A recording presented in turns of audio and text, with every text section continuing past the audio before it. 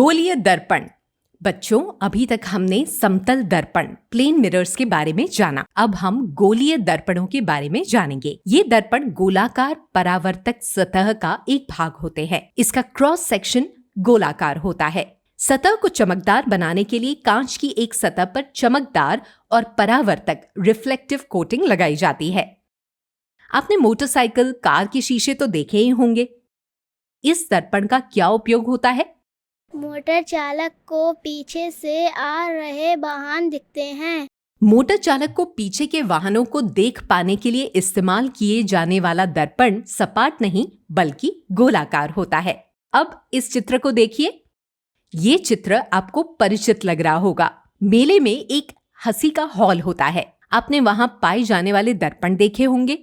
इन दर्पणों और आपके घर के दर्पण में क्या अंतर है? घर के दर्पण में हम खुद को वैसे ही देखते हैं जैसे हम हैं। हंसी के हॉल में दर्पण में हम टेढ़े मेढ़े दिखते हैं। बिल्कुल सही। हंसी के हॉल के दर्पण घर के दर्पणों की तरह सपाट नहीं बल्कि घुमावदार वक्र होते हैं। इस गोलाकार दर्पण या हंसी के हॉल में दिखाई देने वाले दर्पण प्रतिबिंब समतल दर्पण के प्रतिबिंब से अलग दिखाई देते हैं। अब इस चित्र को देखिए। एक रबड़ की गेंद लेकर उसे चित्र के अनुसार काटने पर किसी भी क्षेत्र पर दो प्रकार की सतहें आसानी से देखी जा सकती हैं। गोलाकार दर्पण कांच के खोखले टुकड़ों से काटे गए खंड होते हैं, जैसा कि चित्र बी में दिखाया गया है। गोलाकार दर्पणों को उनके अंदर के या बाहरी भाग पर किसी चमकदार सामग्री का लेप लगाकर बनाया जाता है।